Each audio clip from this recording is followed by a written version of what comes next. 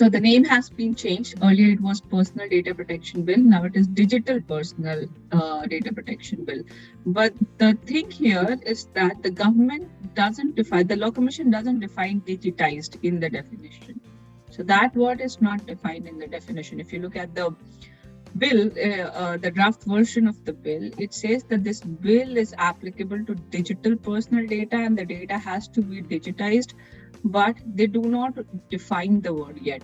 What do they really mean by the word digitized? It means it has to be in digital form, but a definition of it that must be given.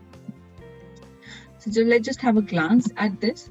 And on November 18, 2022, the government released this bill. And I remember till 17th of December, I suppose, they were asking for any recommendations or any opinion people had on the bill.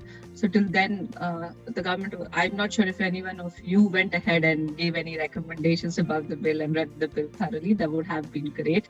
Now, if they come out for recommendation, I'm sure you guys can suggest something. But the bill is quite a surprise because it was expected that they will make the 80 amendments that were suggested in the earlier bill, the earlier data protection bill. They had personal data protection bill, but it is actually a whole new version and not a revised version of the old draft. And it is very different from the GDPR model. So why am I mentioning that it is different from the GDPR model, and what will be the repercussions of this? If it is different from the GDPR model, and that means India will never be considered as an adequate country, right? We've studied the ease of process that happens when you become an adequate country. But if the bill is further away from the GDPR, irrespective of the fact that it is protecting data or it's in the Indian context, it means we are not getting that adequacy status. So that's one thing for sure. I am not aware of the fact that why they decided not to get through the adequacy procedure, close to the adequacy decision. But one answer to this, which is very prevalent, is that the bill is very India-centric.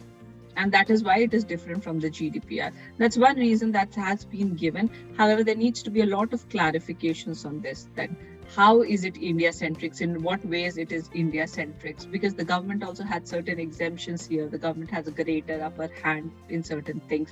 So including all that, they've tried to make it a little more simpler when in its format, a little more easy for people to read. But yes, a little distant from the GDPR. You will not have a question on this, that what will happen if it is not similar to the GDPR, but just for knowing that if it is not similar to GDPR, you're not getting an adequate country status.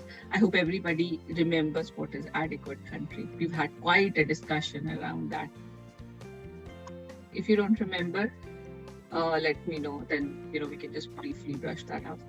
Now there are certain key issues here in the bill. Let's look at the highlights first, and then we will go to the key issues of the bill. What are the highlights? So it says that the bill applies to processing of digital personal data within India, where such data is collected online or collected offline and is digitized. So see, collected online, collected offline, understood. What is digitized? I know you all can go to a dictionary and look up for the meaning, but when it is a bill, when it is a law, these words need to be clarified.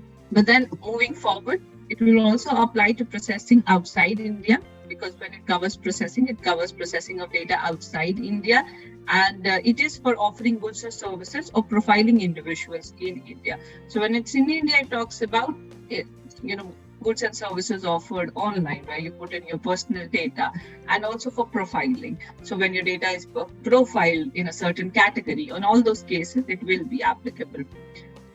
The second point is that personal data may be processed only for lawful purposes for which individual has given consent. So consent may be deemed in certain cases.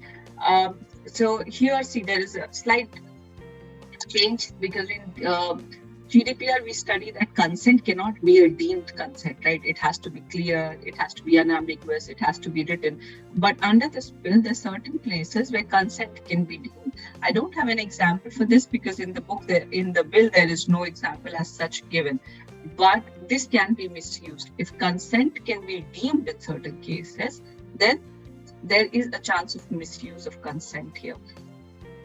Then it says that data fiduciaries will be obligated to maintain the accuracy of data, keep the data secure, and delete the data once it has been met, like once the purpose has been met. So these are based on some of the GDPR principles, like purpose limitation and storage limitation. So all those things that comes in here. And then when you say that once the purpose has been met, who defines the purpose? Like, who defines that the purpose has been met now? So that has to be clarified when you're getting into a contract for this. Does all the data needs to be deleted after the purpose has been met? Because for some reasons, there are some exceptions where that data can be stored for certain situations. So more clarifications on that is needed from the bill. The bill grants certain rights to individuals, including the right to obtain information, seek correction and erasure, and grievance and redressal. So these are some of the basic rights that's been given under the bill to the data subject, which is to get access to information, which is right to access, so right to obtain information, seek correction, right? That's right to rectification, and then right to erasure.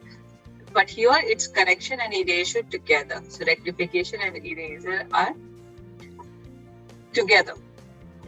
And then it talks about grievance redressal. So as a principle of law, you're supposed to have that mechanism for redressal. So that's nothing uncommon. It has to be in every law where you can go out and for redressal of any harm that has been done to you.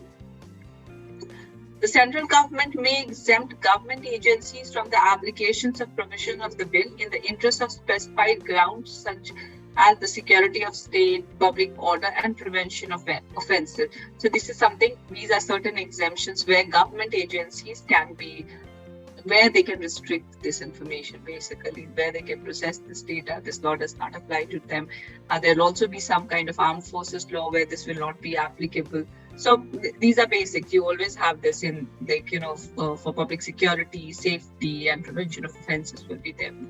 Then the central government will establish Data Protection Board of India to adjudicate non-compliance with the provisions of the bill. We will read further in the slides, but with this establishment, the government has not decided the qualifications of the members who can be in here and what will be the process of them deciding.